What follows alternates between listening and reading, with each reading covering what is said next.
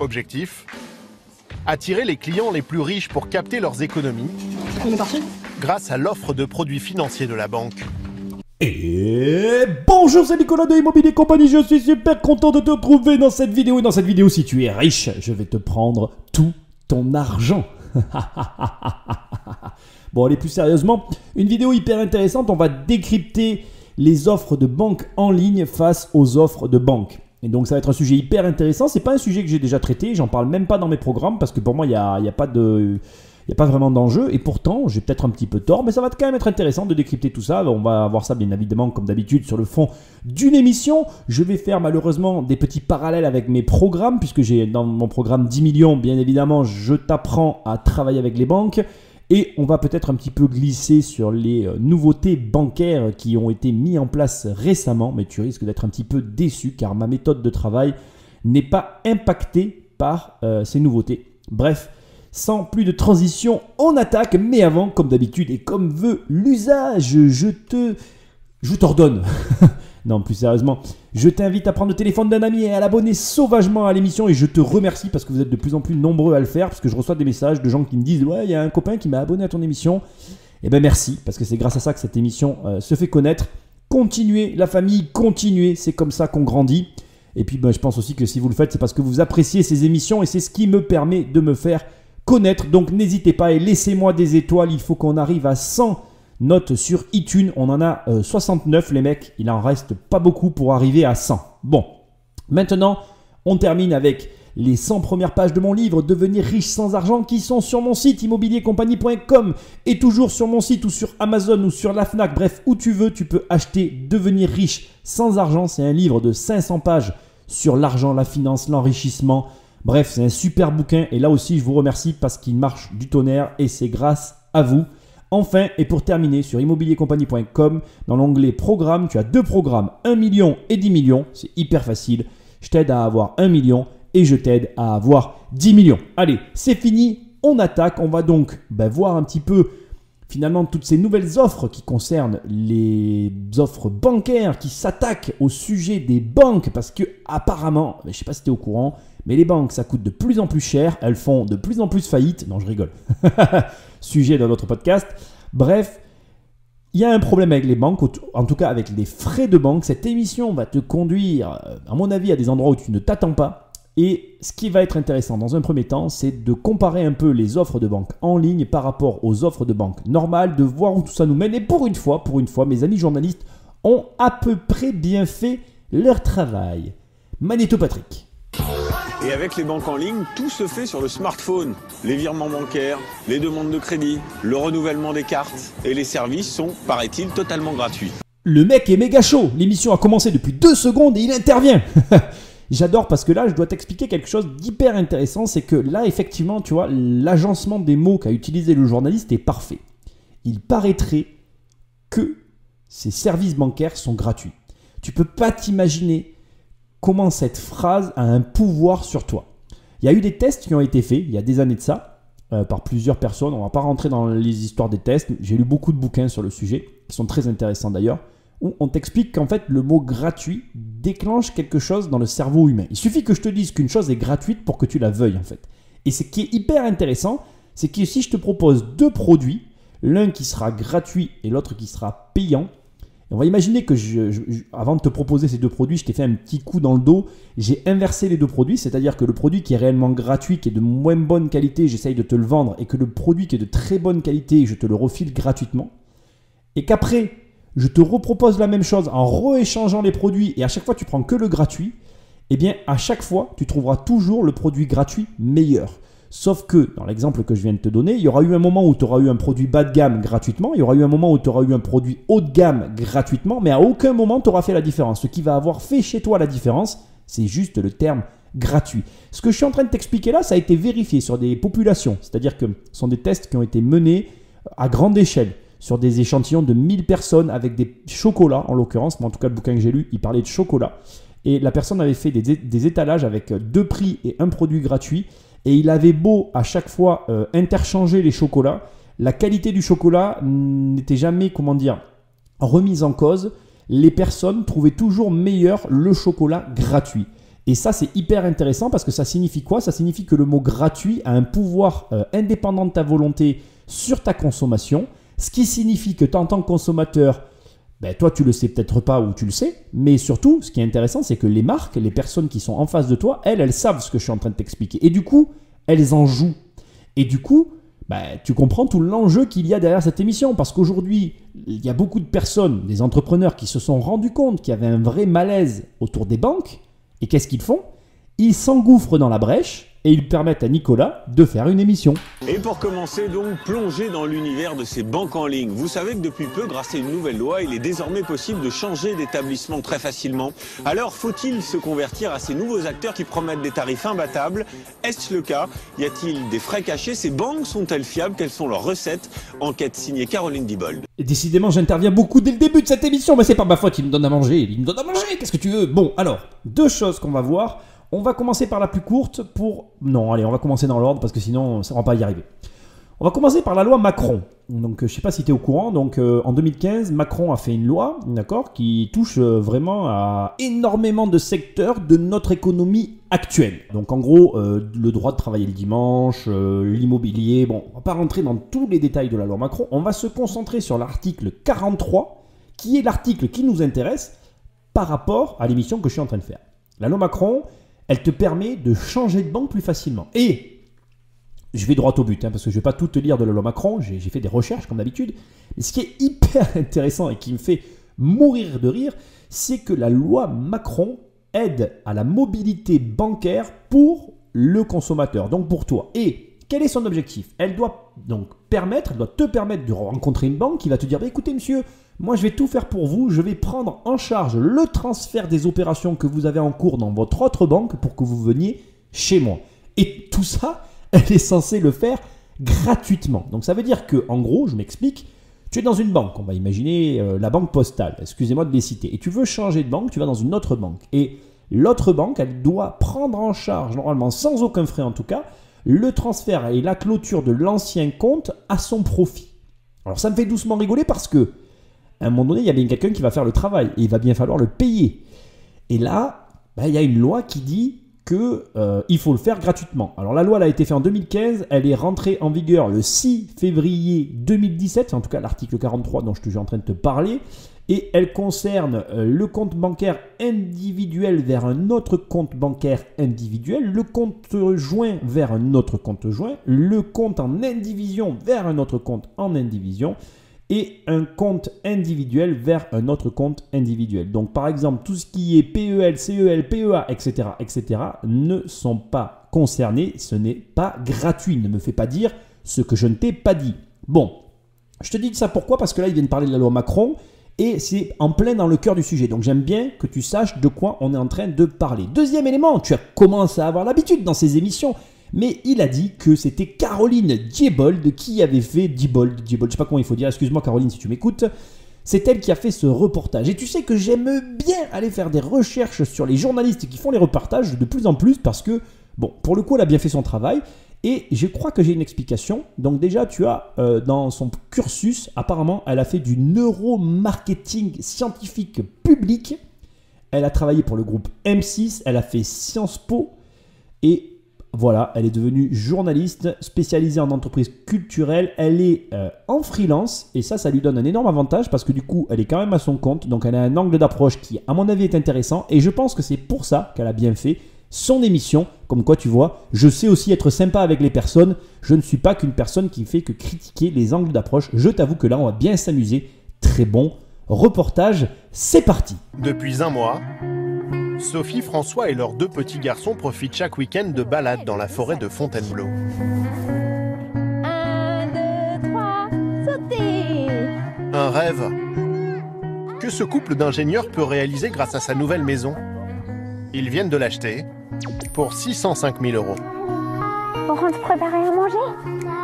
Avant, ils vivaient dans un appartement en banlieue parisienne. Alors cette grande maison, c'est une nouvelle vie qui commence. On compte rester quelques bonnes années ici. Il y a l'espace pour agrandir, si on veut agrandir la famille, il y a l'espace pour en profiter. Donc non, on compte pas déménager pour le moment.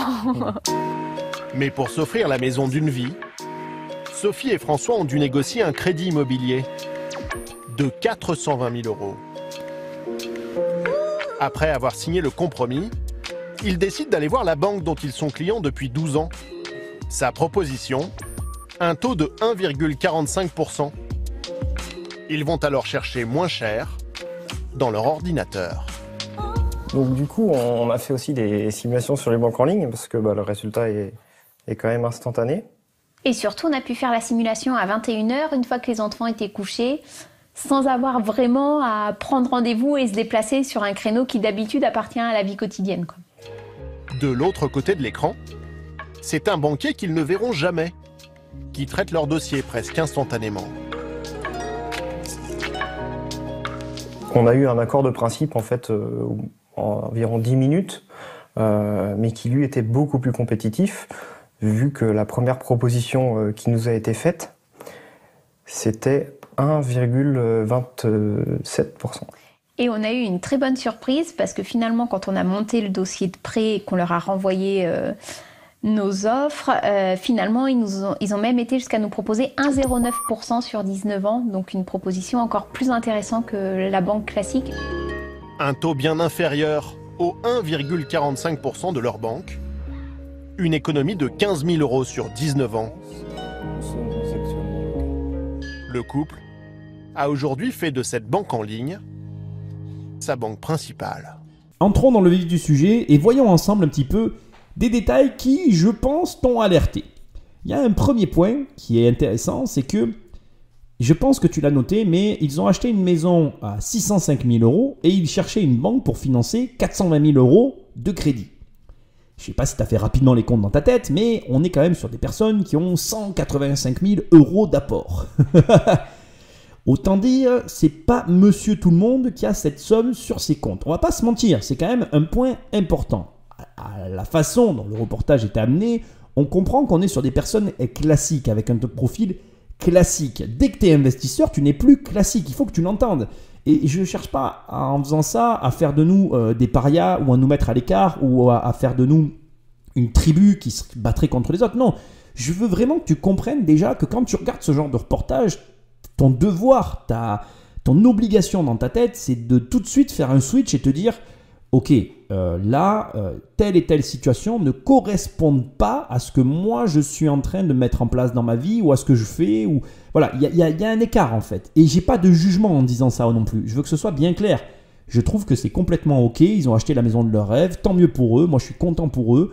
Je veux juste que tu comprennes que déjà, premièrement, on n'est pas sur monsieur et madame tout le monde. Parce qu'aujourd'hui, on est clairement, déjà, quand tu dépasses les 500 000 € à l'achat dans une résidence principale par rapport à la moyenne des salaires français, c'est pas monsieur et madame tout le monde. Et deuxièmement, et ça c'est encore plus important à mes yeux, quand tu commences à avoir plus de 50 000 € sur tes comptes, tu n'es plus non plus monsieur et madame tout le monde.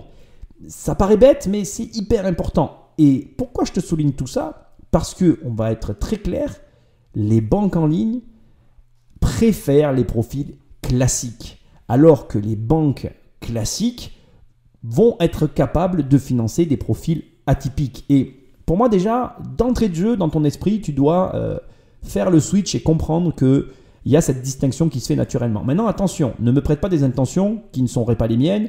J'ai totalement conscience, et je le sais, puisque là par exemple, récemment j'ai vendu un immeuble à un investisseur qui a fait appel à une banque en ligne et qui a été financé par la banque en ligne. Donc j'ai conscience que les banques en ligne financent les investisseurs, mais c'est plus compliqué.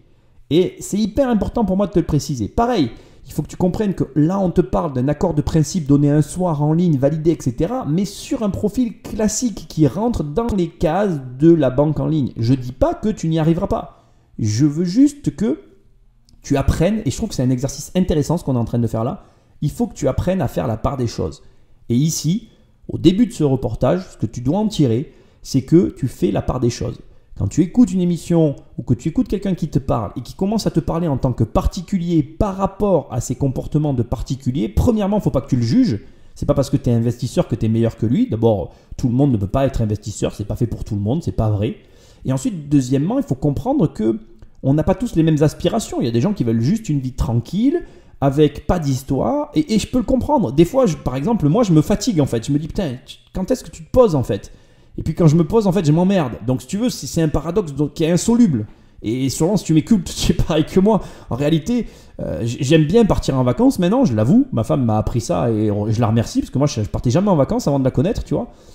J'aimais pas ça.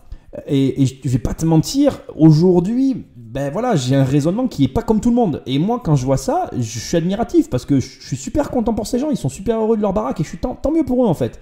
Mais il faut pas aborder ça sous l'angle, voilà, essayer de les comprendre en fait. Il faut juste se dire, ok, c'est une façon de voir les choses, c'est une façon de penser, et tout dans leur comportement me fait sourire parce que ils sont allés négocier le taux. Et moi, jamais de ma vie j'ai négocié un taux. D'ailleurs, tu vois, en écoutant ça, je me disais, ça me fait sourire parce que par rapport à l'inflation, en fait, ils auraient raison de garder ce taux-là. Par rapport à leur vie, en fait, ils ont raison de garder ce taux-là. Alors l'inflation, c'est quoi? C'est un principe qui dit que tous les ans, les prix doivent augmenter. Et comme l'inflation, elle est de minimum 1%, si tous les prix augmentent de 1% et qu'on te prête à moins de 1% de l'argent, donc là on leur a prêté à 1,09, en fait tu peux déduire l'inflation du taux. Voilà, pour que tu comprennes, il faudrait que je te pose l'opération pour que tu le comprennes et que je te l'explique en fait. Donc tu vas devoir faire avec ce que je suis en train de te dire. Mais en gros, ton taux d'emprunt s'entend inflation déduite. Donc ça veut dire que si on te prête l'argent à 1%, ben on te l'a donné en fait l'argent. Voilà. Et il faudrait que je te l'explique, c'est un mécanisme intéressant. Mais du coup, c'est marrant parce qu'un particulier qui ne fait pas de business comme moi n'a pas d'intérêt à partir. Même à la limite, la baraque, il faut qu'il la garde toute sa vie en fait. C'est la décision financière la plus sage pour quelqu'un qui a aucune ambition financière pour ses comptes en fait.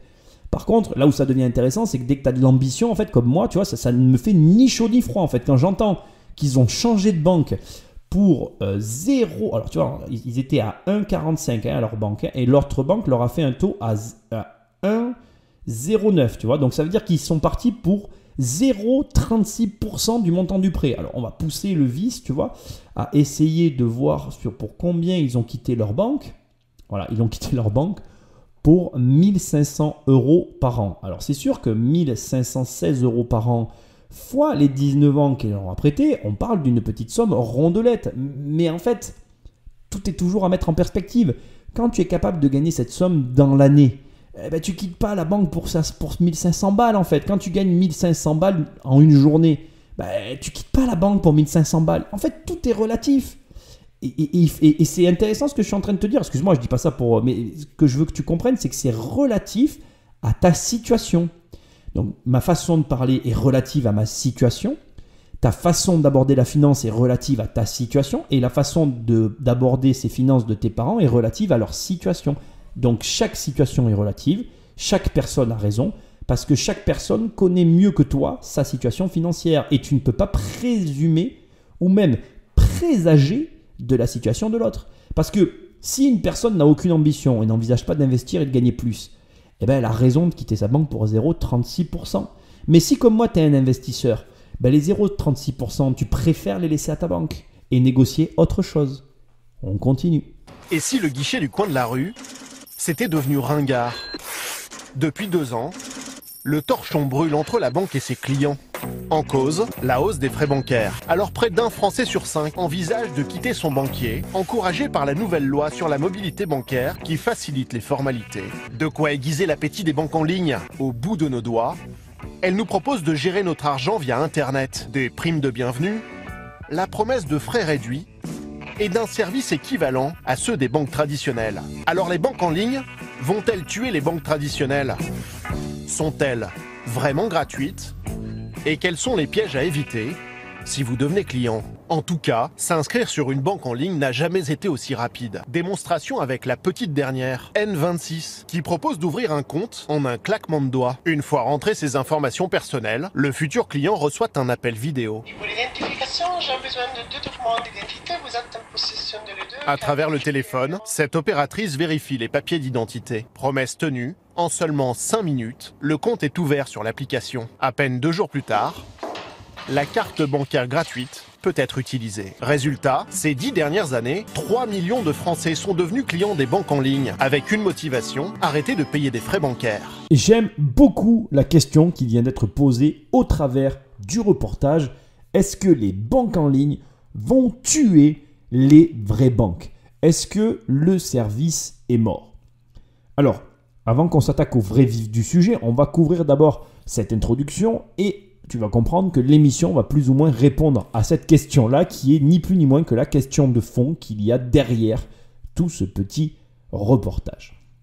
Il y a un élément qui est soulevé, qui est intéressant, qui a dû t'interpeller, c'est que on t'explique, et à juste titre, que suite à la hausse des frais bancaires, ou plutôt à l'explosion des frais bancaires, eh bien, il y a toute une tranche de la population qui, aujourd'hui, décide de quitter sa banque pour un petit peu faire la chasse aux frais. On va revenir sur cette partie dans la prochaine étape du reportage, que je vais décrypter avec toi. Mais avant, je voudrais quand même t'alerter sur des petits détails. Là, tu ne le vois pas forcément parce que ce n'est pas encore mis en avant, on va en parler dans un instant, mais on te dit que tu as carrément des cadeaux qui te sont faits pour venir. Donc le cadeau le plus commun que tu as déjà entendu, dont tu as déjà entendu parler, c'est les fameux 80 € qu'on t'offre à l'ouverture d'un compte. Et c'est vrai que c'est tentant déjà parce qu'il y a de l'argent qui est offert. Et ensuite, ça, pour moi en tout cas, ça doit te faire te poser des questions. C'est quand même relativement étrange qu'un organisme bancaire arrive à t'offrir de l'argent là où d'autres ne le font pas. La question c'est pourquoi et qu'est-ce que ça cache. Et on va en parler d'ailleurs. Mais attention, je ne veux pas que tu crois encore une fois que cette émission va être tournée vers l'attaque.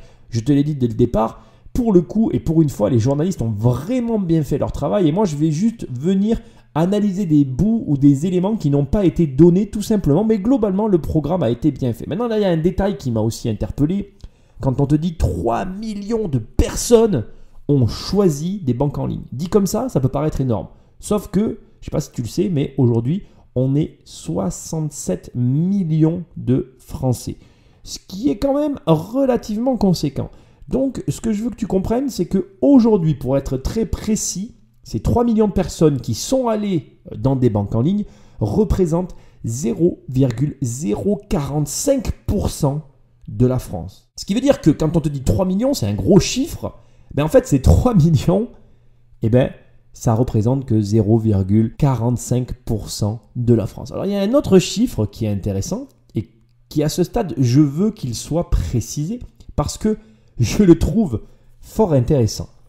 Si tu as 3 millions de personnes qui ont pris des comptes de banque en ligne, et si sur ces 3 millions de personnes, on partait du principe que chacune avait reçu 80 €, ces organismes financiers ont offert la bagatelle de 240 millions d'euros à ses clients pour qu'ils viennent sur des comptes qui, somme toute, vont proposer les mêmes services, parce que tu vas le voir dans le reportage, ces banques appartiennent à des banques traditionnelles. Alors quel est leur intérêt à filer 80 balles, à dépenser 240 millions pour extraire ses clients d'un endroit où ils sont déjà, pour les amener ailleurs? Je te laisse te poser 2-3 questions, on avance dans le reportage et je pense que tu vas être surpris. Exemple, Paul, qui travaille dans l'aéronautique. Il a décidé de reprendre le contrôle, pas de son drone, mais de son budget. Sa bonne vieille banque lui coûtait trop cher. J'ai souligné donc la cotisation de la carte annuelle qui est de 45 €. 45 € pour sa carte bancaire, plus un abonnement internet à 2,50 € par mois, plus des frais de tenue de compte à 2 €, plus une option à 12,50 € pour sécuriser ses achats sur le web. L'addition est salée, 111,50 € par an. Les frais qui me paraissent pour moi, que j'ai du mal à comprendre, c'est les frais de tenue de compte, quoi. Ça fait un petit peu mesquin, quoi, d'avoir une somme de 2 €, quoi. L'abonnement, pareil, je vois pas l'intérêt de payer un abonnement pour Internet. Aujourd'hui, on est tous connectés et je trouve que ça devrait être offert. Il y a 2 mois, Paul a donc décidé d'arrêter les frais pour rejoindre une banque en ligne. Prime de bienvenue, 80 €. Ce qu'il y a de bien, c'est que non seulement on vous paye, bon, c'est pas grand-chose, mais derrière, à long terme, c'est que vous ne payez pas vos moyens de paiement, vous ne les payez plus.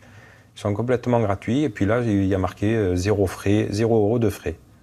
Aucun frais et une carte bancaire gratuite, c'est l'arme de séduction massive des banques en ligne.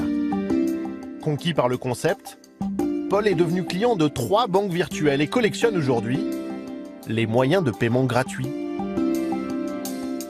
Alors j'ai les banques en ligne, donc ils m'ont donné les... Voilà, j'ai un chéquier ici chez Boursorama et un chéquier chez Hello Bank.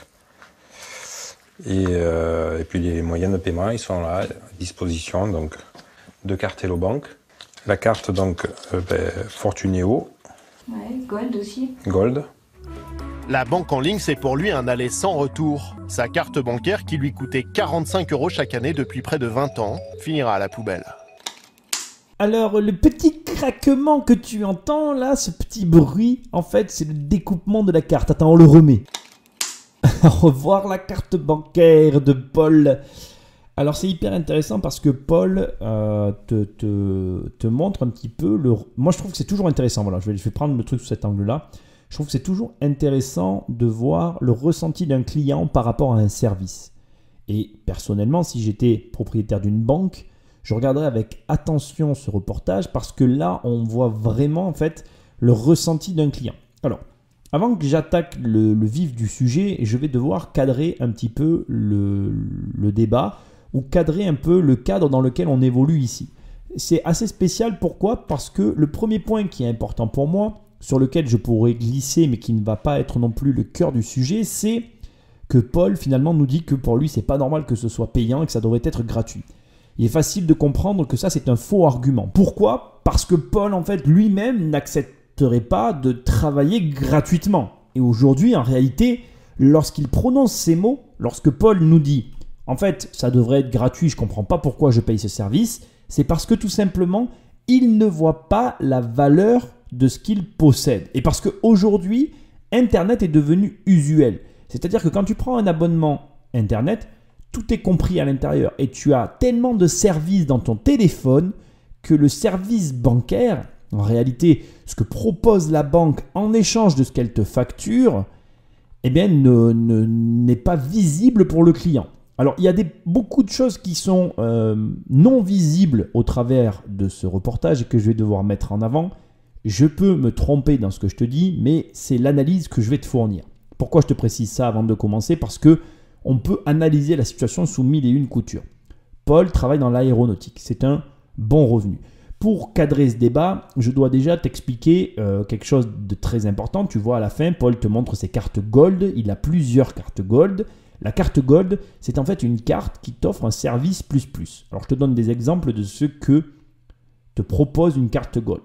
Elle te couvre notamment dans l'annulation ou l'interruption de voyage. Elle te couvre aussi à la neige et à la montagne, dans le cas d'un vol ou d'un dommage matériel sur un véhicule de location. Elle te couvre en cas d'incident de voyage, d'accident de voyage, de responsabilité civile à l'étranger, dans la mesure où tout ce que tu auras pris comme service ont été payés avec cette même carte. La carte Gold, c'est aussi une assistance médicale de rapatriement, les poursuites judiciaires à l'étranger qui sont couvertes, l'hospitalisation ou le décès d'un membre de la famille, le vol ou la perte de certains effets personnels à l'étranger, les chauffeurs de remplacement, etc., etc. Il y a d'autres avantages, je te laisserai faire des recherches, je ne suis pas vendeur de cartes Gold, il y a différentes cartes. Pourquoi je te parle de ça ? Parce que déjà, premièrement, comme à chaque fois, le client, lui, il te brandit sa carte Gold et il te dit « je veux avoir une carte Gold », sans doute, sans même savoir ce qu'elle comprend, ce qu'elle propose. Parce que ce que tu dois savoir, c'est que chaque carte Gold proposée par chaque, non pas banque, mais organisme bancaire, groupe bancaire, on parle bien de groupe, donc ce qui veut dire que dans un seul et même groupe, tu peux avoir plusieurs banques et que sans le savoir, tu as deux cartes Gold qui dépendent du même groupe et qui donc proposent les mêmes services. Juste un exemple tout basique, si tu es à la caisse d'épargne et à la banque populaire, tu fais partie du même groupe. Et donc, si tu as deux cartes Gold, une caisse d'épargne et une banque pop, eh bien, en réalité, tu as stricto sensu, le même service. Donc, aucun intérêt d'avoir deux cartes. L'intérêt résiderait plutôt en étant à la Société Générale et à la Banque Populaire ou à la Société Générale et à la caisse d'épargne parce que tu peux avoir des services qui se complètent. Ce que j'essaye de te dire, c'est que première erreur en tant que client, c'est de ne pas être capable de faire la part des choses. Autrement dit, de ne pas avoir consulté les conditions générales de vente pour être bien au fait de la différence du service proposé. Alors, je n'ai pas la réponse. Il se trouve que là, le client est client Fortunéo et en tant que client Fortunéo, il a droit à une carte Gold. Mais est-ce que le client sait que chez Fortunéo, par exemple, pour avoir droit à une carte Gold, il faut gagner minimum 1800 € par mois ? Ce qui veut dire que si tu m'écoutes et que tu gagnes 1700 € par mois, tu n'as pas droit à la carte Gold Fortunéo. Tu dois la payer. Et par contre, si tu veux une carte Gold chez une banque en ligne gratuite, une carte, je vais y arriver. Si tu veux une carte gratuite chez une banque en ligne, je suis un peu dyslexique, hein, bien, il te faudra aller chez ING parce que ING, eux, te proposent en fait une carte Gold à partir de 1 200 €. Il est possible que, à l'heure où je te parle, les conditions aient changé, mais c'est toujours intéressant de connaître un petit peu les éléments. Juste pour te donner une dernière notion, chez ING, tu as un paiement de 3 000 € toutes les 30 jours, donc tu ne peux pas dépenser plus de 3 000 € en 30 jours et tu peux retirer 600 € par jour par des délais de 7 jours. C'est-à-dire que si tu retires 600 € le lundi, tu dois attendre 7 jours pour pouvoir retirer 600 € et tu ne peux pas dépenser plus de 3 000 € en 30 jours. Et chez Fortunéo, tu peux payer que 2 000 €, tu peux payer 2 000 € tous les 7 jours et retirer 1 000 € par jour par délai de 7 jours. Je pense qu'on a été clair. Bon, voilà. Globalement, c'est pour te donner, tu vois, un petit peu le cadre dans lequel on évolue. Ce que je veux maintenant souligner et analyser avec toi, et c'est ça qui va être intéressant maintenant dans cette partie, c'est que le problème qu'on a aujourd'hui et le problème qu'on a avec Internet et avec le modèle économique dans lequel on est en train de rentrer, l'ubérisation entre guillemets, le fait de reporter la valeur sur la tête du client, je m'explique, c'est-à-dire qu'aujourd'hui, quand tu veux faire appel à une entreprise, la valeur est partagée. C'est-à-dire que tu fais une partie du travail qu'est censée faire l'entreprise et en échange, elle est censée t'offrir un prix. Le problème qu'on a depuis toujours avec les banques, c'est que le travail d'une banque est très simple. Une banque, elle est censée garder ton argent, le sécuriser, éventuellement te le prêter et te proposer des services financiers. Sauf qu'aujourd'hui, les banquiers, soyons clairs, ils ne savent pas faire ça. Ils font beaucoup d'autres choses, mais ils ne savent pas faire le métier pour lequel ils sont censés être rémunérés. Pourquoi ? Eh bien, c'est tout simple, parce que les services bancaires ne sont plus rémunérateurs. Conséquence, et ça explique beaucoup de choses, tu te retrouves aujourd'hui avec des applications de consultation de compte en ligne. Écoute bien ce que je suis en train de te dire. Je pense à l'application Banking. Moi, je l'avais testée à un moment donné. J'avoue qu'elle était sympathique. Elle ne m'a pas enchanté parce que je ne suis pas un grand friand de la consultation des comptes en ligne. Tu comprendras qu'avec mon organisation, ce n'est pas la meilleure façon de consulter mes comptes. Bref, passons. L'application n'est pas adaptée à mon utilisation. Voilà, on va dire ça comme ça. Mais pour un particulier qui a, somme toute, un fonctionnement très simple, comme par exemple Paul, il y a de grandes chances pour qu'il utilise Banking au quotidien. Pourquoi ? Parce que les banques ne sont même pas fichues de proposer une consultation de compte en ligne agréable à lire. La base de leur travail. Imagine le malaise. Donc dès l'instant où on te demande 2 € par mois pour un service de connexion Internet, ça passe, comme tu le vois, pour de la mesquinerie. Pourquoi ? Bien tout simplement parce que ton métier de base, tu n'arrives pas à le faire.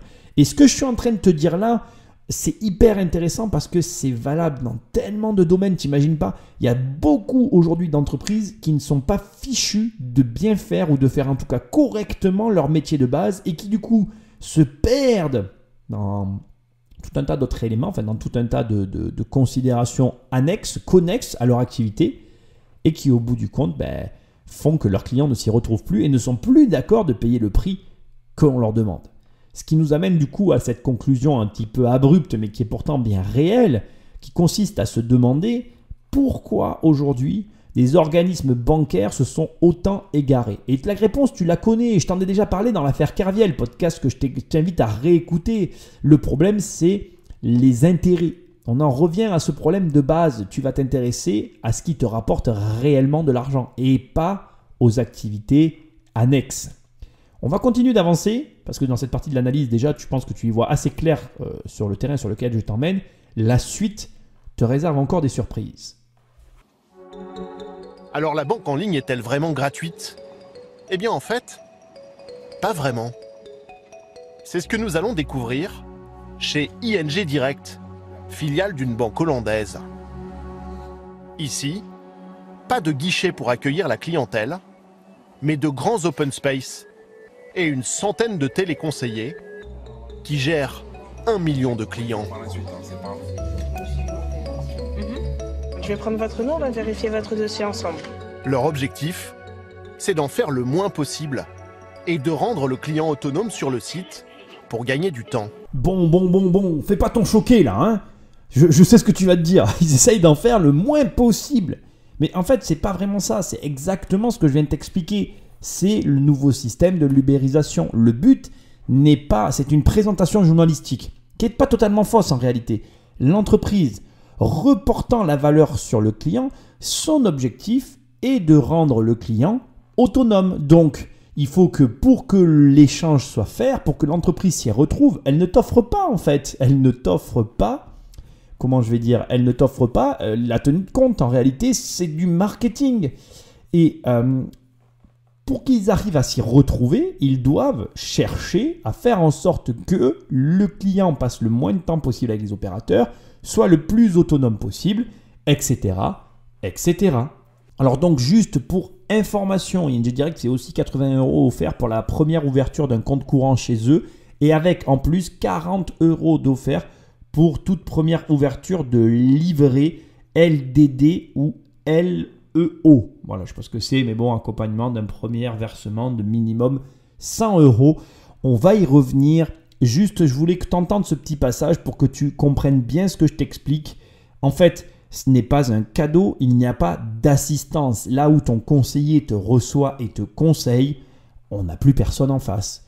Le vrai fond du problème, c'est un petit peu ce que j'ai commencé à te sous-entendre tout à l'heure et qui va être de plus en plus présent à partir de maintenant et jusqu'à la fin de l'émission, c'est que c'est vachement bien pour les gens qui n'attendent rien de la banque, c'est-à-dire toutes les autres personnes que nous, la famille des investisseurs. Si comme moi, tu fais partie de la famille, tu as besoin d'un conseiller bancaire, tu as besoin de parler à quelqu'un. Donc, je te dis pas attention encore, mais sois vigilant, tu vas voir. Je te dis pas que c'est un mauvais choix, je te dis juste qu'il va falloir apprendre à réfléchir correctement et cette émission risque de t'aider un petit peu. ING Direct, Marion Veilly, bonjour.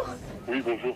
Exemple, avec ce client victime d'un achat frauduleux. Oui, dites-moi. J'ai fait un achat sur Internet. Oui. J'ai pas reçu le produit, donc je me suis fait un peu arnaquer. J'ai pas de recours. J'ai mon compte. Selon la procédure de la banque, ce n'est pas Marion qui va résoudre le problème, mais le client lui-même. La contestation se fait uniquement, donc intégralement même sur Internet. Vous devez sélectionner l'opération. Oui. Et donc à partir de là, vous avez 10 jours. Vous suivez le processus, tout vous est expliqué étape par étape sur Internet. Ce client devra donc se débrouiller tout seul. Mais ce n'est pas tout. En plus, par ailleurs, vous pouvez toujours... J'ai fait opposition, j'ai appelé Mastercard. D'accord.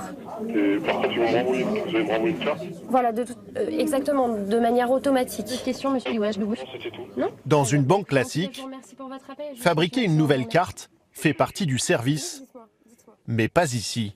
La refabrication d'une nouvelle carte est facturée 10 € quand c'est pas un renouvellement classique, automatique, mais qui peut être remboursé en fonction du motif de l'opposition. Le client, il a en moins d'une semaine. Temps d'attente, 5 jours. Et si le client en a besoin comme souvent sous 24 heures, cela lui coûte plus cher. Mais combien ? Visiblement, la question dérange. C'est combien la tarification ? Ça, je le connais pas. Pour l'envoi en urgence, je le connais pas. Nous n'aurons pas de réponse. Et pourtant, dans le box de l'une de ses collègues, cette affichette mentionne les tarifs des opérations dites exceptionnelles. Le renouvellement en urgence de la carte bancaire coûte en fait la bagatelle de 70 €.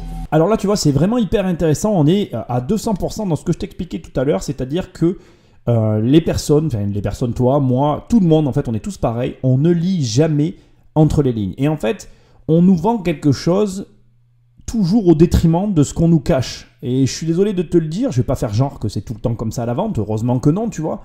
Mais il y a toujours des défauts. Et il te faut accepter que tu ne pourras jamais tout avoir non plus.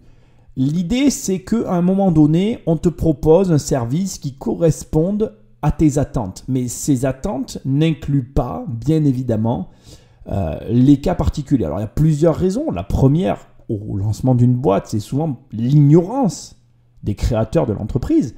Mais la réalité cachée derrière tout ça, c'est que une toute société qui existe doit bien gagner de l'argent. Et ce qui est important en réalité, ce n'est pas l'argent qu'ils prennent, c'est la façon dont tu t'y retrouves derrière. Et ça, c'est complexe. Là, on est dans le vrai cœur du sujet. C'est pas grave qu'une personne en face de toi gagne sa vie, dans la mesure où toi, sur le fondement même de l'accord que tu as bâti avec l'entreprise en question, tu t'y retrouves. Je ne vais pas t'en dire plus pour l'instant, on va un petit peu encore avancer et on va revenir sur ce sujet-là. Derrière la promesse de gratuité, la banque en ligne est donc parfois payante. C'est ce qu'a constaté Guillaume Clavel, qui dirige un comparateur de frais bancaires sur le web. Bravo, alors on a des bonnes performances, de bonnes visites alors. Bien joué. Sa cellule de veille passe au crible les grilles de tarifs de 180 banques. Conclusion, Les banques en ligne se payent grâce à vos faux pas et aux incidents du quotidien. Elles ne vous feront donc pas de cadeaux. Elles sont toujours moins chères pour le courant, elles ne sont pas toujours moins chères pour des opérations exceptionnelles. Dès lors que je vais avoir une lettre d'information parce que je vais dépasser mon découvert, ça va coûter plus cher chez Hello Bank que dans beaucoup d'autres banques. Chez Fortuneo, si je n'utilise pas ma carte pendant 4 mois, alors je vais être facturé 20 €.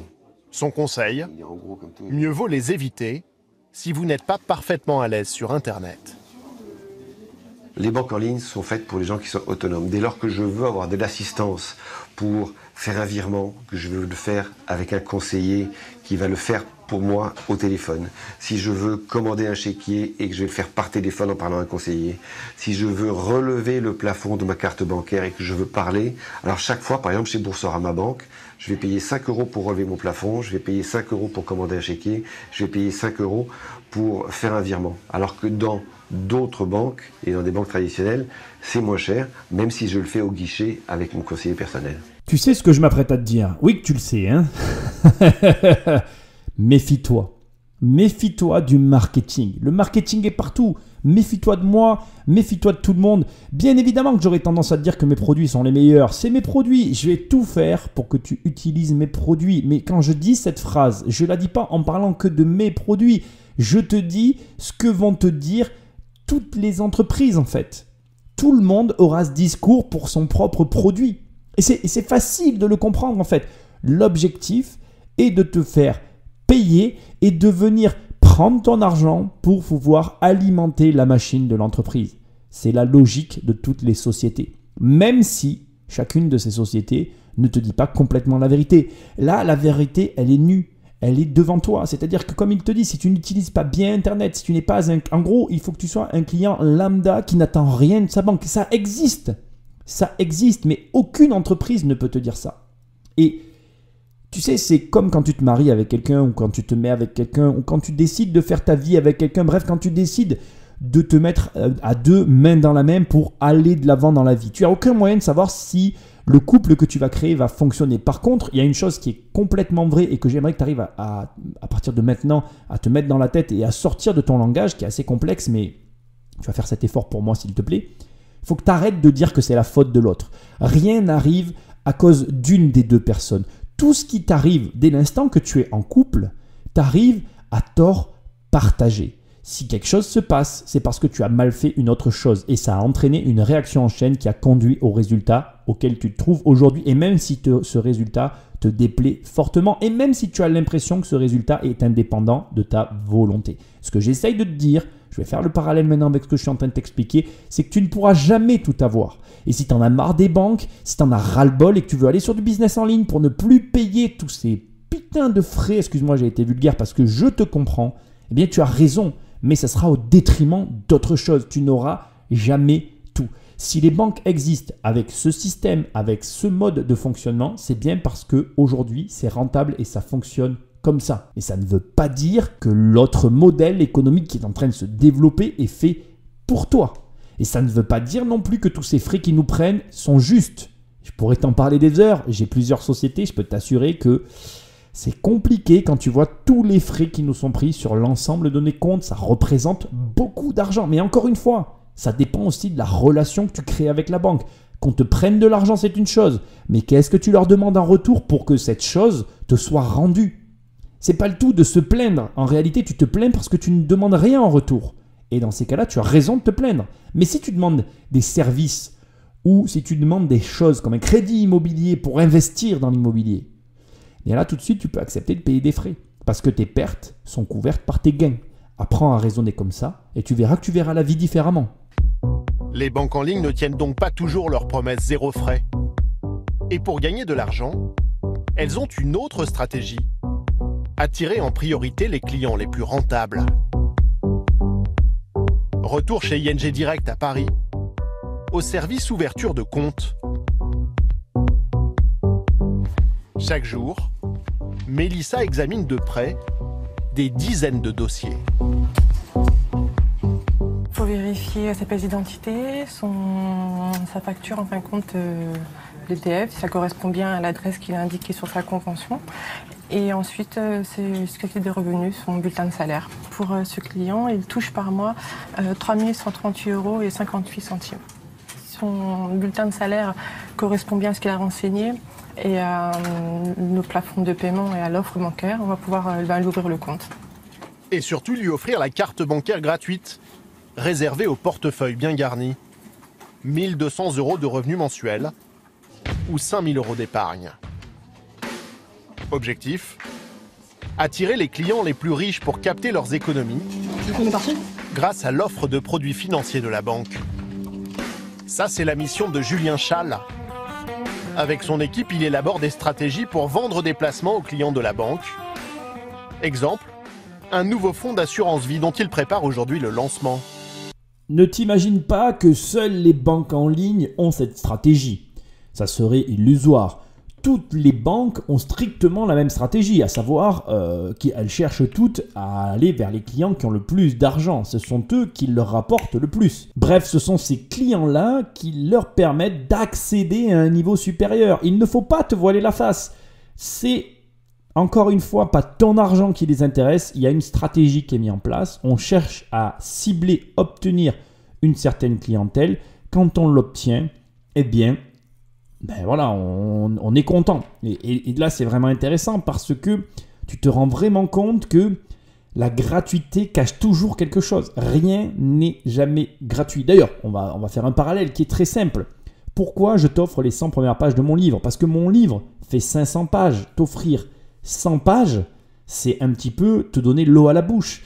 Tu te doutes bien que si ces 100 premières pages te plaisent, moi, je m'attends à ce que tu achètes mon livre. Il y a toujours quelque chose derrière. Je te le dis en toute transparence parce que, voilà, il y a un moment donné, moi, je suis là pour te décortiquer les choses. Mais si je t'offre ces 100 pages, c'est parce que je suis convaincu que mon livre est bon et qu'il va t'aider.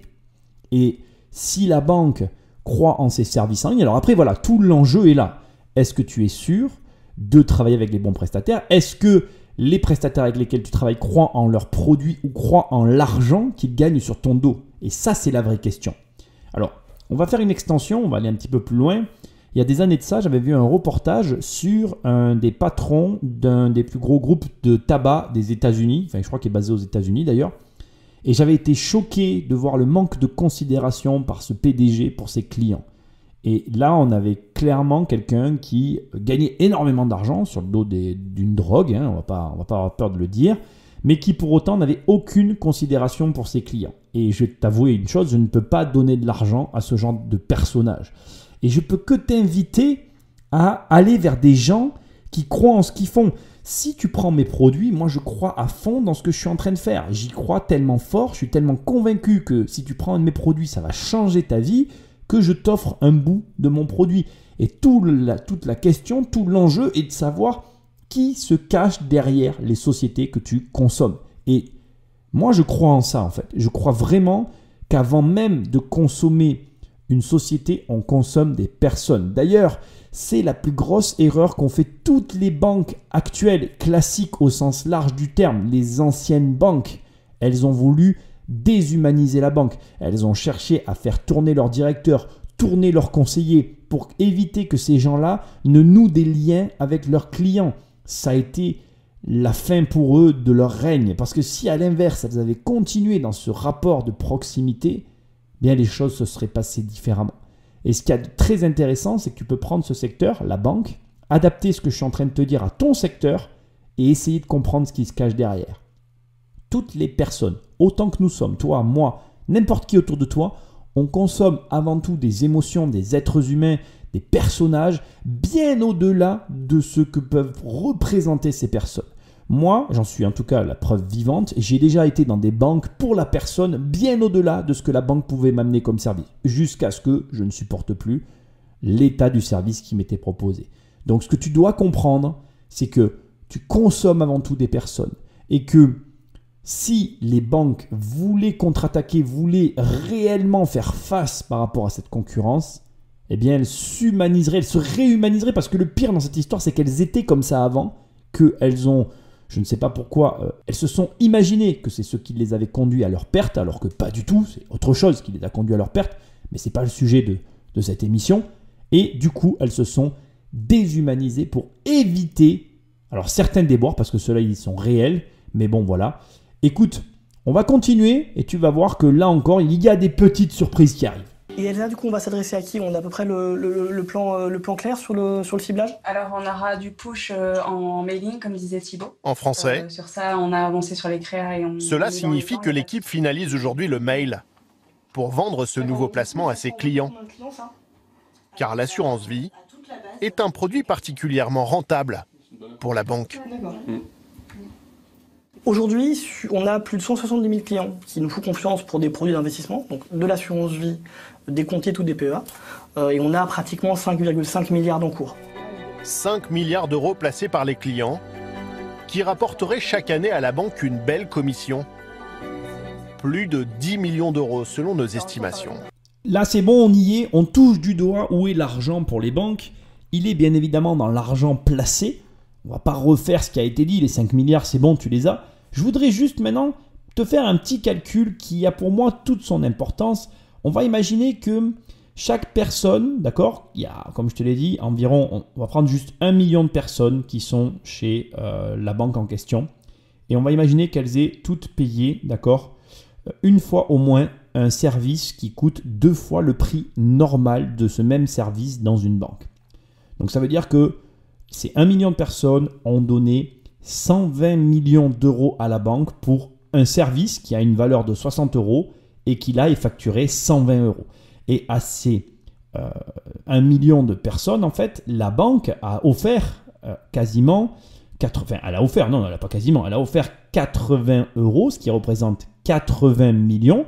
Donc rien que sur un service, donc si tu le fais appel qu'à un seul service qui coûte le double, soit une moyenne de 60 euros, la banque a gagné en tout sur une année 40 millions, déduction faite de ces fameux 80 euros qui ont été offerts. Ce qui va être encore plus intéressant et que je veux que tu intègres à partir de là, c'est qu'une fois que tu vas à la banque, il faut que tu saches que la durée de rétention moyenne, enfin le taux de change, je ne sais pas comment il faut que je dise ça, combien de temps en moyenne les clients restent à la banque. Donc en gros, 57, pardon, on va être précis, 57% des Français restent plus de 5 ans dans leur banque. Donc ça veut dire qu'on t'offre 80 euros une fois et après tu vas rester 5 ans. Si à chaque fois tu fais appel à un seul de leurs services, ne serait-ce qu'une fois, qui coûte le double du prix de la concurrence, tu comprends pourquoi et surtout sur quoi est basé tout leur business model et comment toutes ces banques arrivent à vivre.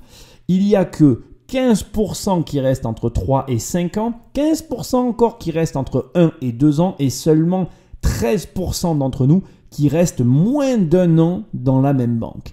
Si tu connais ces chiffres, tu comprends ce business model. Si tu comprends ce business model, tu sais pourquoi il y a des acteurs et tu sais comment ils gagnent leur argent. Ils ont basé toute leur stratégie sur ces statistiques. Ça s'avère exact puisqu'aujourd'hui, il y a 5 milliards d'euros placés dans ces organismes, ce qui explique cela. Et en réalité, ce qui te montre que rien n'est jamais gratuit et que tu finis toujours par payer le prix. Sauf que dans ces banques-là, laisse-moi te dire qu'à aucun moment tu verras un conseiller. Et si comme moi tu es un profil atypique, alors je te laisse imaginer. Je ne te dis pas que c'est mauvais. Ça peut rentrer dans le cadre d'une stratégie comme étant quelque chose de gagnant pour toi. Mais je ne crois pas que ce soit la meilleure stratégie pour devenir investisseur immobilier. On termine avec un autre sujet qui a un lien avec tout ça, mais qui tu vas voir est drôlement intéressant. Sur leur site, les banques en ligne vous offre aussi la possibilité d'investir dans des placements beaucoup plus risqués.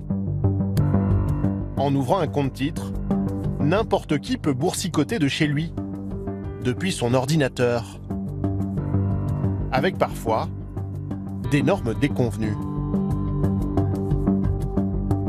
C'est ce qui est arrivé à ce client, qui tient à garder l'anonymat, car il n'en a jamais parlé à sa famille.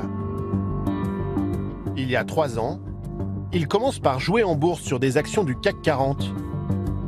Un jour, il se laisse séduire par des placements conseillés selon lui par sa banque en ligne. On voit bien la flèche bleue avec la croissance attendue sur ce produit. On voit des commentaires nous annonçant 2 objectifs. Un premier objectif avec une croissance de 47%, un deuxième objectif avec une croissance de 79%. Attiré par un espoir de gain à court terme, il va perdre une petite fortune. Finalement, en 2 jours, j'ai perdu les 120 000 euros que j'avais investis en suivant ce très bon conseil. J'écris à la banque qui finit par me répondre que le produit que j'ai acheté, bien que conseillé sur leur site, ne les engage pas. Selon lui, la banque est responsable. Il l'a donc attaqué en justice avec un avocat spécialiste de la défense des épargnants. Maître Lecoq-Vallon a déjà fait condamner cette banque en ligne dans un dossier similaire.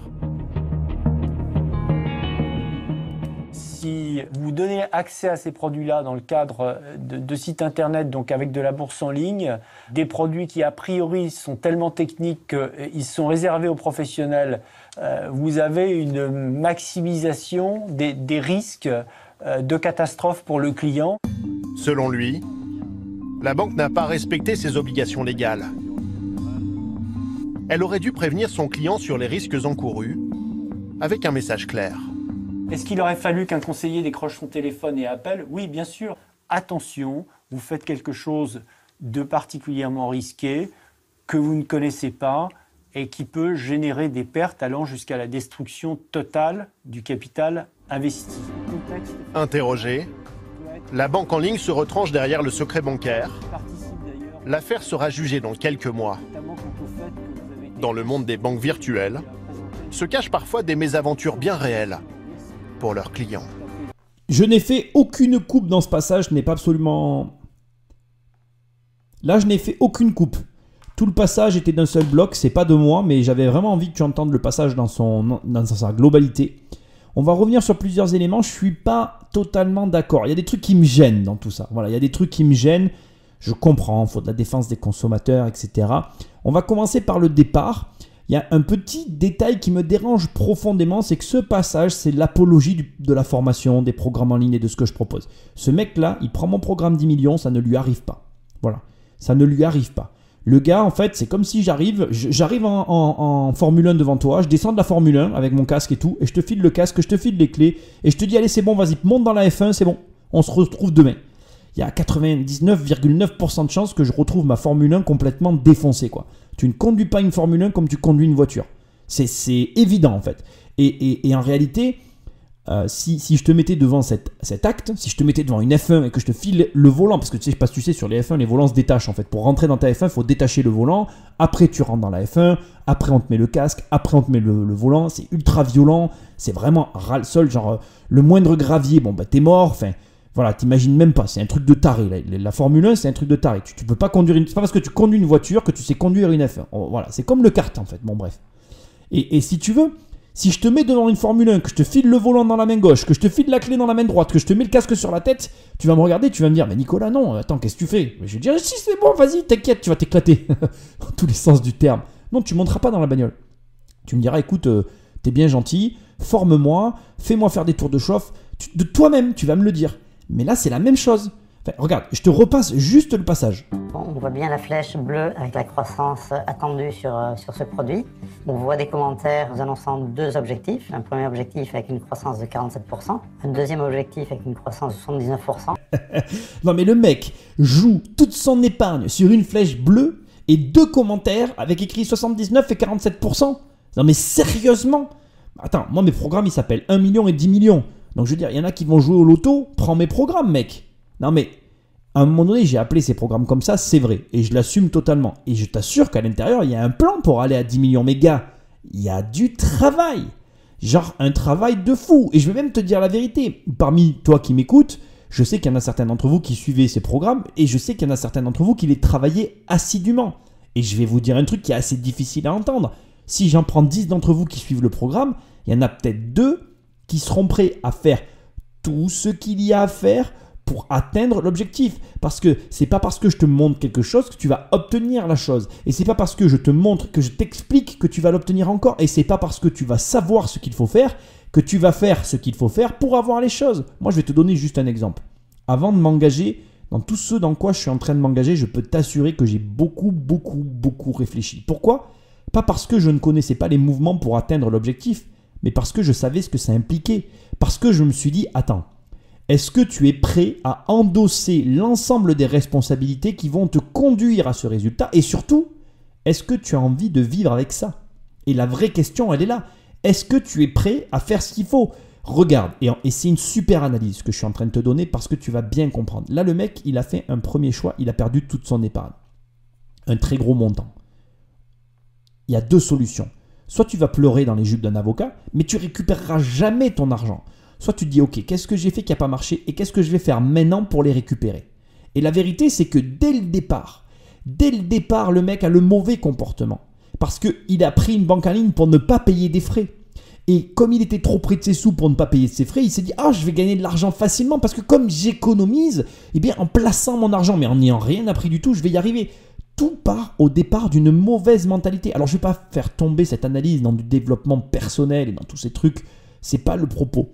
Ce que j'essaye de t'expliquer, malgré que je dois te le préciser, effectivement, là on le voit, l'état d'esprit joue un rôle prépondérant dans la réussite de ce genre de projet. Mais il faut que tu comprennes que dès le départ, tes attitudes vis-à-vis de ton argent t'amèneront à un certain résultat. Je répète parce que c'est trop important. Ton comportement financier par rapport à tes fonds t'amènera à un certain résultat. Ça veut dire que si au départ tu te comportes mal avec ton argent, je vais te donner un exemple tout simple, si tu es un mec hyper économe, qui fait attention à son argent, qui garde de l'argent sur ses comptes, qui ne prend pas des risques calculés, c'est-à-dire des risques en mettant en place des actions réelles pour atteindre un objectif réel, eh bien tu n'atteindras jamais des gains qui te font peut-être rêver en fait. Je m'explique pour qu'on soit bien clair par rapport à la situation. Ce mec-là, qu'est-ce qu'il aurait dû faire? Il aurait dû commencer au moins par lire des livres. Tu veux pas te former, tu as tout à fait le droit. Je suis pas le mec qui va te pousser à la formation. Tu sais très bien que je m'en fiche en fait. Moi, je suis le premier à avoir mis énormément de temps à accepter de me former auprès de certaines personnes. Pourquoi? Parce que, pour les mêmes raisons que toi, il y a des pipoteurs et du coup, j'étais réfractaire. Mais aujourd'hui, je fais attention chez qui je me forme, je fais attention à la façon dont j'apprends ce que j'apprends. Et puis voilà, alors je consulte effectivement beaucoup de livres, je vais aussi travailler, je vais aussi investir de l'argent en analysant bien mes comportements pour essayer de les améliorer pour avoir des gains. Mais après, je ne vais pas te mentir, il n'y a aucune façon de te dire que telle ou telle manière d'agir est la bonne façon pour gagner de l'argent. Il te faut agir, mais avec un fond de méthode. Pourquoi il faut avoir une méthode en fond? Parce qu'une méthode, elle est reproductible. Si tu te remets au hasard, il n'y a pas de reproductibilité, il n'y a pas de duplicate, ça se dit pas. Tu ne peux pas scaler ton activité. Le but, c'est de pouvoir reproduire ce que tu as fait à une échelle supérieure pour pouvoir gagner à une échelle supérieure.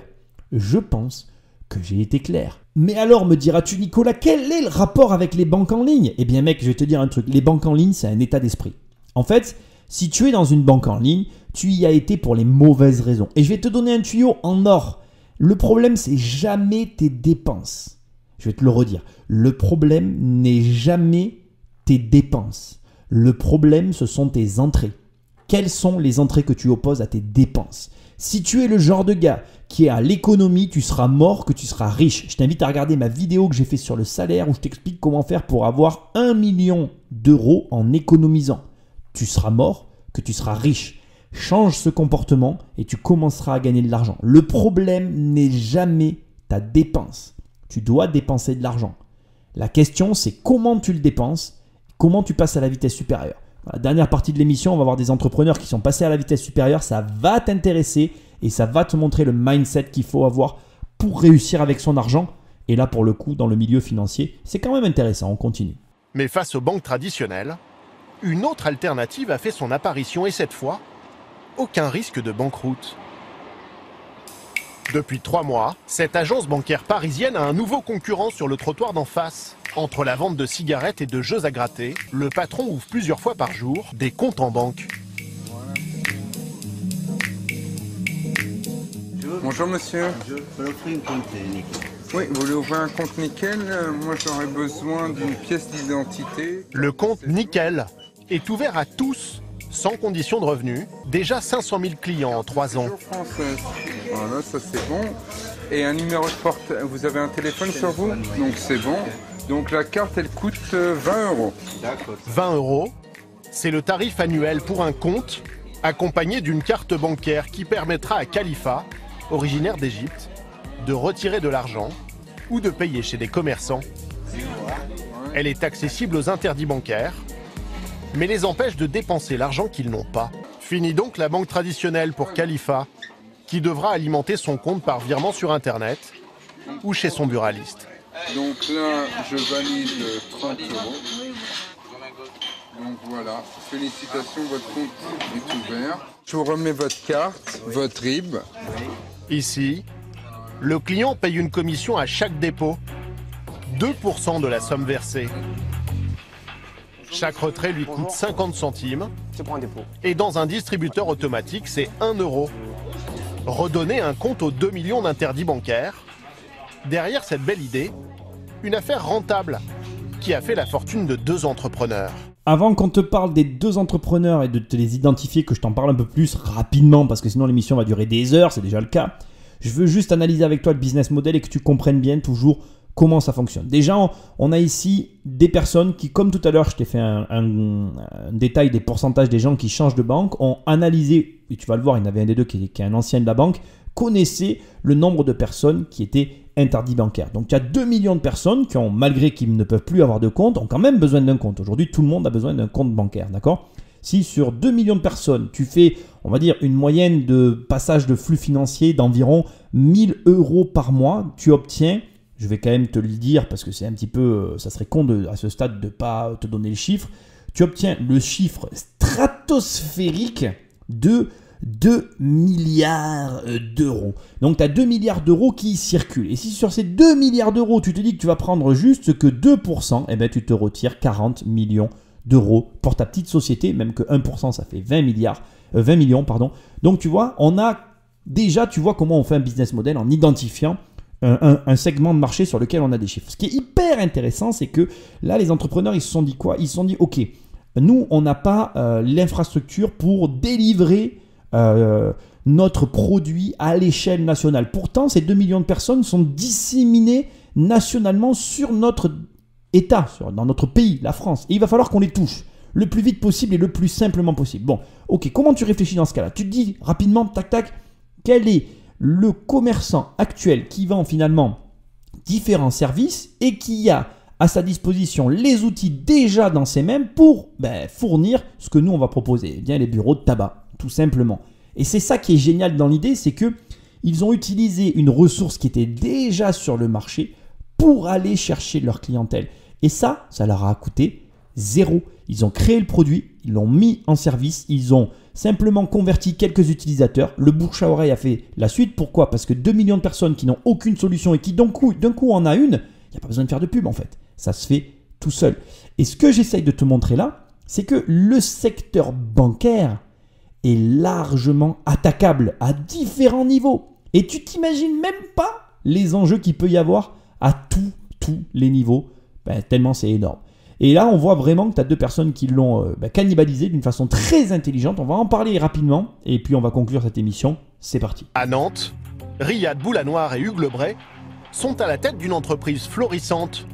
20 millions d'euros de chiffre d'affaires l'année dernière. Je suis donc obligé d'intervenir pour t'expliquer qui est Hugues Lebray. Hugues Lebray est l'ancien directeur de la communication de la Société Générale. Il s'est considéré, entre guillemets, comme le bras droit de monsieur Daniel Bouton, PDG directeur de la Société Générale. Donc c'est un banquier d'affaires. Alors j'exagère un peu, c'était surtout le chargé de com lors de l'affaire Kerviel.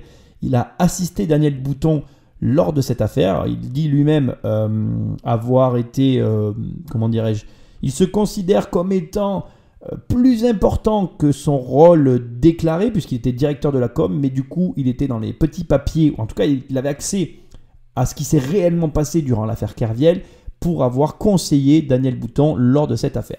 Il faut savoir que Hugues Lebray a écrit un livre sur l'affaire Kerviel, un livre avec un signe noir en disant que Kerviel a failli faire sauter la banque. Je te rappelle aussi que dans le flux d'actualité de tes podcasts, que tu peux aller écouter la fabuleuse émission sur Jérôme Kerviel si tu recherches la vérité sur cette affaire, comme quoi tout se recroise chez Immobilier Compagnie, on retrouve des anciens personnages, nous sommes dans une aventure.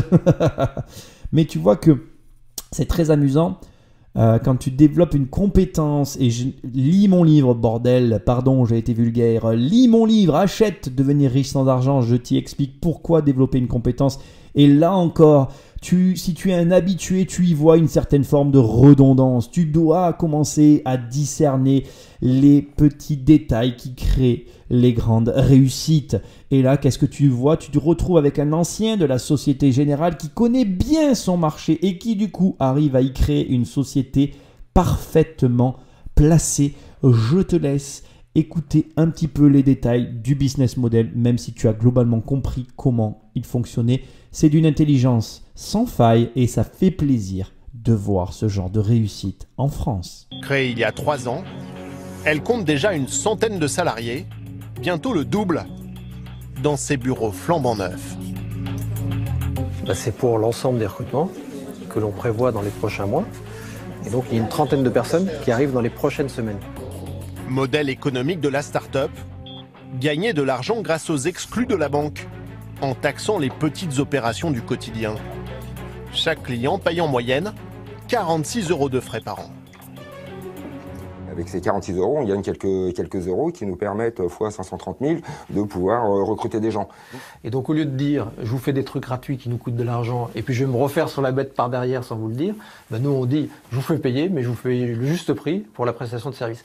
Et on dit comment on gagne notre vie, on est transparent sur nos marges, les gens savent qu'on gagne notre vie, il faut juste avoir un prix juste, et ils n'ont aucun problème pour payer. Et on ouvre plus de comptes que toutes les banques qui font les comptes gratuits, tous les mois, en le faisant payer 20 €. L'année prochaine, les deux boss visent le million de clients.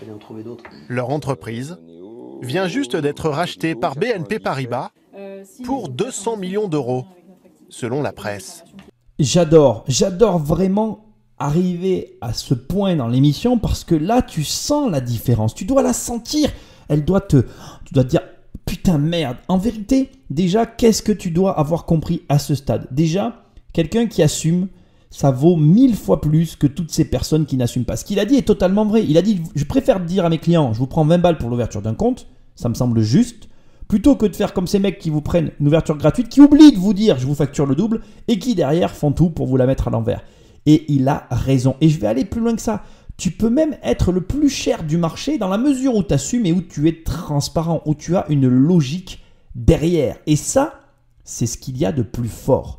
Je veux que tu comprennes bien ce qu'il y a derrière tout ça. La réalité de tout ça, c'est juste que nous avons soit d'un côté des personnes qui se sont institutionnalisées à outrance, je parle des banques classiques, devenues impersonnelles, froides, on n'a plus envie d'y aller. C'est même pas les frais le problème, c'est que ce qui donnait leur attrait a été détruit de l'intérieur parce qu'ils ont décidé qu'il fallait que les conseillers changent tous les ans.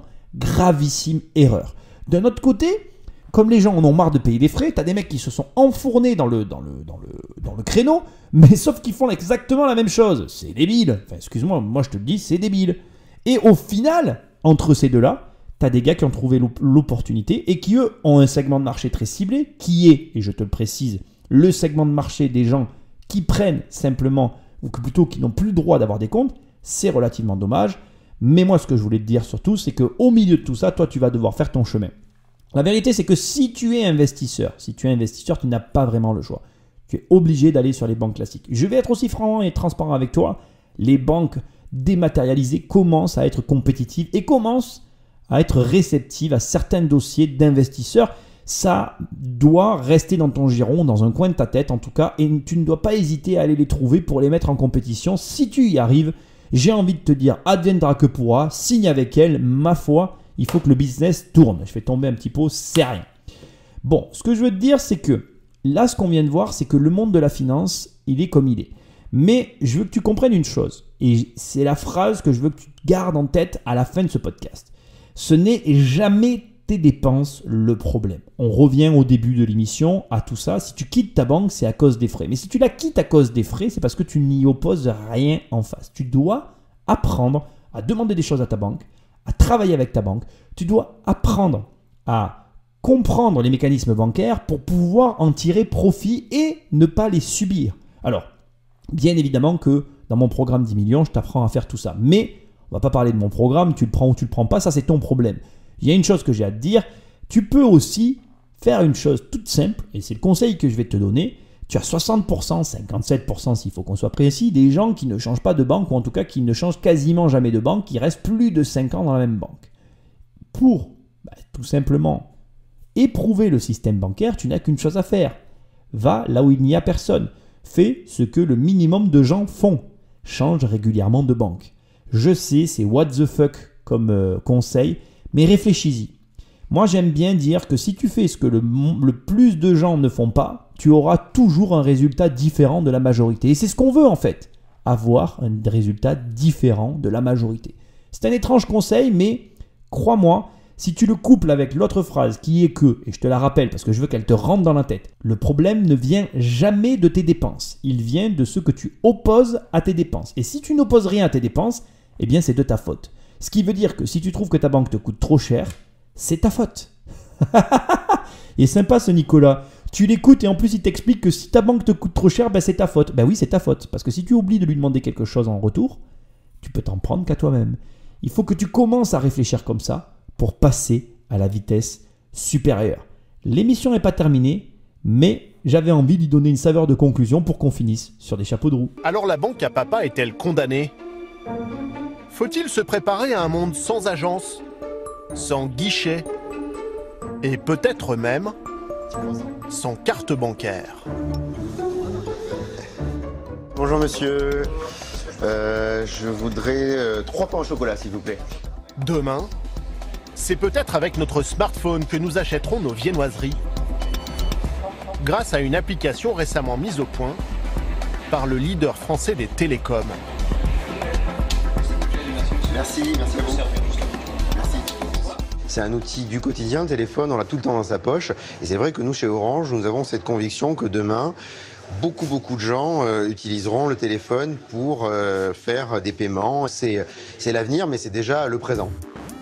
Payer grâce à une appli, c'est leur arme fatale.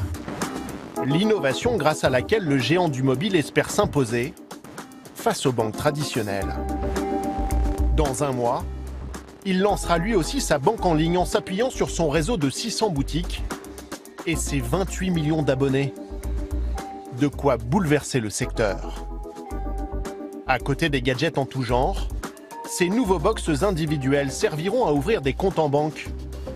Ici, effectivement, ça fera partie des agences en France qui proposeront l'offre dont vous parlez. Je suis très bien avec ma banque, on va dire aujourd'hui. Après, reste à voir ce que Orange va me proposer et quelles seront les offres qu'elle va me proposer. Objectif, 2 millions de clients d'ici 10 ans.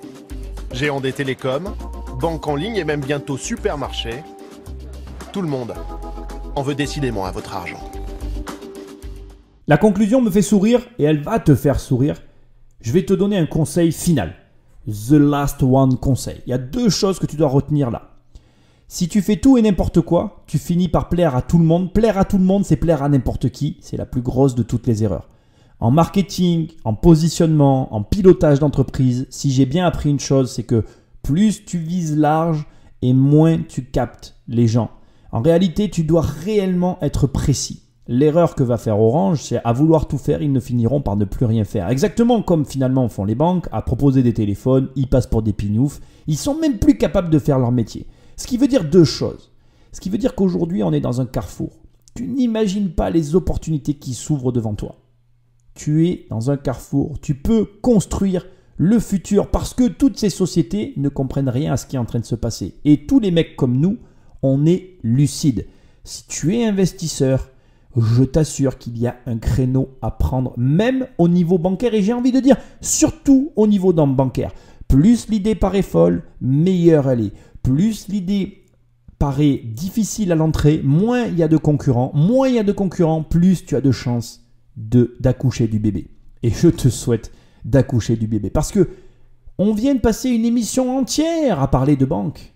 Mais est-ce que tu as seulement remarqué, et ça va être l'apothéose de cette analyse, je ne vais même pas analyser la fin de mon analyse, je vais te laisser juste y réfléchir, 1h20 d'émission pour écouter des gens à raisonner, réfléchir, philosopher sur la banque et sur les frais bancaires, sans qu'aucune de ces personnes nous parle du seul et unique vrai service qui nous intéresse à tous, le prêt d'argent. Aucune de ces personnes ne t'a parlé du prêt financier. Aucune de ces personnes ne t'a expliqué à quel moment les banques allaient enfin faire leur métier. Non, on te parle de carte bancaire, de services, de machin, de bidule. des trucs dont on se fout. Ce qui veut dire quoi? Ce qui veut dire qu'il y a une opportunité de ouf. Il y a un marché de malades au niveau de la banque. Et celui qui va s'y atteler va encaisser le gros lot. L'émission devait se terminer ici, mais je suis un mec sympa. On va ouvrir le débat à la fin de l'émission, pas pour rallonger du temps, mais parce que j'aime bien que tu aies plusieurs points de vue. Donc très rapidement, et juste pour conclure, je t'ai fait venir ma mère pour discuter, rapidement, eh bien, des frais bancaires. Parce que figure-toi que comme je te l'ai dit dans l'émission, ce n'est plus moi qui m'occupe des banques, et j'ai quand même envie d'en parler maintenant avec la personne qui s'occupe des banques. Donc tu l'auras compris, je ne suis pas seul, je suis avec ma mère. Bonjour maman. Bonjour à tous les auditeurs. Merci. Alors je t'ai fait venir parce que c'est toi qui t'occupes des banques aujourd'hui. Oui. Est-ce que tu pourrais déjà, parce qu'il n'y a pas longtemps, je ne me rends pas trop compte des dates, il n'y a pas longtemps tu étais un peu en colère des frais bancaires, est-ce que tu pourrais me donner ton sentiment sur les frais bancaires à brûle sur point, s'il te plaît? Bon, mais ça c'est un sujet sensible pour moi, étant donné que j'ai fait les comptes en fin d'année 2019 pour vérifier justement les frais bancaires, et que je me suis aperçue que ça pouvait prendre des proportions relativement importantes. Notamment sur un de nos lots, on a un garage en location où les frais bancaires nous coûtaient notre bénéfice. Oui, notamment sur un petit lot où les frais bancaires finalement étaient d'une telle importance qu'on ne gagnait plus rien. Et suivant les banques, même ça peut prendre... suivant les banques, ça peut prendre des proportions importantes. Ta première réaction, ça a été de me dire, il faut tout arrêter ces frais. C'est ça. Je me suis dit, à quoi ça sert d'avoir autant de comptes. Est-ce qu'il ne vaudrait pas mieux regrouper tout sur un seul compte de manière à limiter les frais? Parce que finalement, lorsqu'on regarde les frais, ce sont très souvent des commissions de compte, des frais d'envoi de chéquier, des frais d'écriture. Si je feuillette mon classeur, puisque j'ai le classeur des banques, il y a des frais annulés, on ne sait pas pourquoi, ils en font, ils en annulent, c'est très variable, chacun fait la sienne comme il a envie, donc oui, absolument, je trouve que les frais sont très importants, donc il faut absolument que lorsqu'on crée un compte pour une société, il faut que celle-ci tourne suffisamment pour pouvoir amortir les frais. Est-ce que tu pourrais nous dire rapidement un montant qui t'a le plus marqué? Est-ce qu'il y a un montant de frais qui t'a le plus marqué? Notamment, il y a une banque qui, sur l'année 2019, a pris dans les 655 € de frais pour l'année. Ce qui fait presque un loyer, multiplié par X millions de personnes, puisque je soupçonne qu'ils quand même ils ont pas mal d'adhérents. Je pense que, oui, ils gagnent bien leur vie, quoi, quelque part, Ils gagnent bien leur vie au profit du petit contribuable, parce que finalement, on n'est pas des grosses structures comme certains. Après, je pense qu'il doit y avoir des banques privées avec qui on doit pouvoir négocier certaines choses. Donc je pense qu'il est peut-être intéressant de s'adresser à des petites banques privées. Je ne sais pas s'il en existe encore aujourd'hui. Si je pars de ton raisonnement, on est 67 millions de Français. S'ils ont pris 54 € par foyer en moyenne, on va partir là-dessus, ils ont encaissé 3,618 milliards d'euros sur une année juste avec ces frais-là. Oui, c'est ça. Alors, tu n'as pas vu l'émission que tu clôtures en fait, mais le sujet de l'émission, c'est les banques en ligne qui se sont engouffrées sur ce créneau et qui finalement affichent tous ces frais comme étant gratuits, mais sur toutes les autres opérations bancaires, en fait, ils prennent le double. Tu comprends je trouve ça très intéressant. Et sachant que le principe des banques en ligne, c'est qu'il n'y a aucun conseiller. Donc non seulement tu n'as plus de conseiller, mais tout ce que tu dois faire comme opération bancaire coûte 2 fois plus cher. Et au final, en fait, ce qui te paraît comme être gratuit, si tu as le moindre problème, par exemple avec ta carte bancaire, la carte bancaire te coûte quasiment 2 fois plus cher qu'une carte bancaire normale si jamais tu dois te la faire remplacer, alors que là, elle est gratuite. Est-ce que tu penses que la solution, c'est les banques en ligne ? Est-ce que toi, aujourd'hui, tu serais ouverte à aller sur une banque en ligne? C'est-à-dire que de ce fait que j'ai contrôlé tout ça, je suis allée voir les banques en ligne. Et c'est vrai que cela paraît très attrayant. Mais je ne suis pas allée plus loin, donc je ne peux pas expliquer leur manière de procéder, donc je ne sais pas. Simplement, oui, je suis allée voir parce que je me suis interrogée. Donc là, aujourd'hui, après avoir fait les comptes et suivi les comptes bancaires, tu serais enclin à aller dans les banques en ligne? Au moins essayer pour voir, parce que c'est vrai que... bon, mais je me suis quand même dit on aurait du mal à avoir un interlocuteur du fait que lorsqu'on se rend compte aujourd'hui comment l'ensemble de l'économie fonctionne, c'est-à-dire que toutes les grosses structures se sont mises par téléphone, donc faites le 1, faites le 2, faites le 3, ça sonne, ça raccroche, il faut recommencer. Je me suis aussi dit que la banque en ligne, c'était peut-être cette problématique-là. Je peux te le confirmer puisque le reportage que je viens de boucler traite de ce sujet et c'est effectivement le cas. L'objectif des banques en ligne, c'est de ne jamais intervenir. Il faut que le client se fasse tout seul en fait. Il ne faut pas qu'il ait besoin d'eux en fait. Si tu as besoin de rien, c'est bien, sinon c'est pas bon. Est-ce que tu pourrais juste leur dire ce que je t'ai répondu quand tu es venu me voir en me disant que ça coûtait trop cher? Tu t'en rappelles ou pas? Tu m'as répondu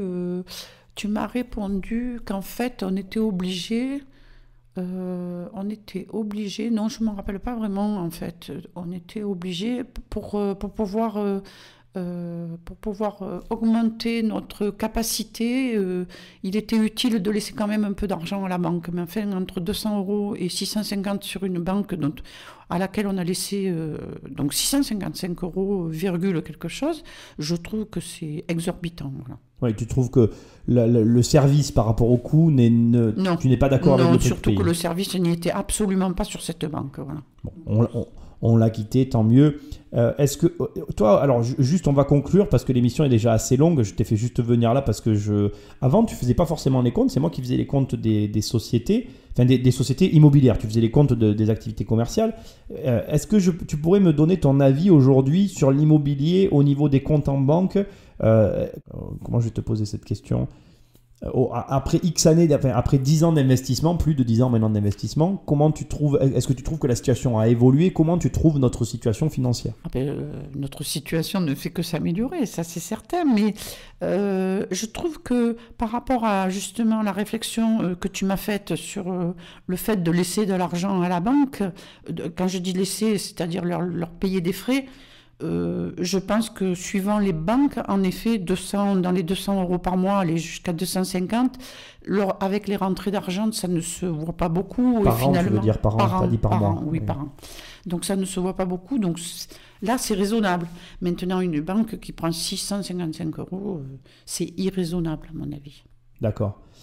Est-ce que tu pourrais juste pour que les personnes qui nous écoutent se fassent une idée, tu considères qu'il aura fallu combien de temps pour qu'on arrive à une situation financière sereine, immobilièrement parlant? 15 ans. Ah, tu prends les 15 ans, toi. Tu penses que ça fait quand même une paire d'années que ça va quand même relativement bien finalement, non, tu trouves pas? Oui, mais 15 ans quand même, je pense. Oui. D'accord, je voulais t'entendre le dire. Donc plus tôt on commence, mieux c'est. Voilà, parce que si on commence à 20 ans, 25 ans, 15 ans, on arrive à un âge où on peut profiter finalement de sa situation, quoi. Oui, c'est sûr, c'est sûr. Ton avis sur les banques, juste pour finir? Mais moi, les banquiers, je ne les aime pas. Donc, je ne les aime pas parce que, premièrement, je trouve qu'ils sont de moins en moins compétents, pour commencer. Et deuxièmement, je pense qu'ils ne font qu'appliquer ce que leur direction leur demande de faire et qu'en fait, ils appliquent ça sans comprendre et voilà, sans chercher à savoir si ça va être au bénéfice du contribuable. C'est surtout au bénéfice de la banque. Voilà. Donc, je ne les aime pas. Mais il faut vivre avec eux. Voilà. J'ai conclu cette émission en disant que il fallait toujours opposer les frais à des gains, que tu ne pouvais pas ne raisonner qu'en frais. Qu'avoir des frais, c'était quelque part un petit peu normal dans la mesure où tu arrivais à avoir des gains. Est-ce que tu penses que c'est bien de demander des choses à la banque, qu'il faut tout le temps leur demander quelque chose, ou tu préférerais toi t'en passer par exemple? Non, je pense qu'on a besoin quand même des banques. Certes, moi je ne les aime pas. Après, je pense qu'on a obligation pour avancer. On a besoin des banques, on a besoin de la banque. On ne peut pas s'enrichir, je pense, sans la banque. Mais il ne faut pas que ce soit après exagérément au profit de la banque. Je pense qu'il faut qu'il y ait un partenariat. Voilà, je vais dire ça comme ça. Ben, c'est le mot de la fin. Un partenariat. Travaille ton partenariat avec la banque et tu deviendras riche. Tu es d'accord avec ça? C'est ça. Allez, bonne continuation. À bientôt.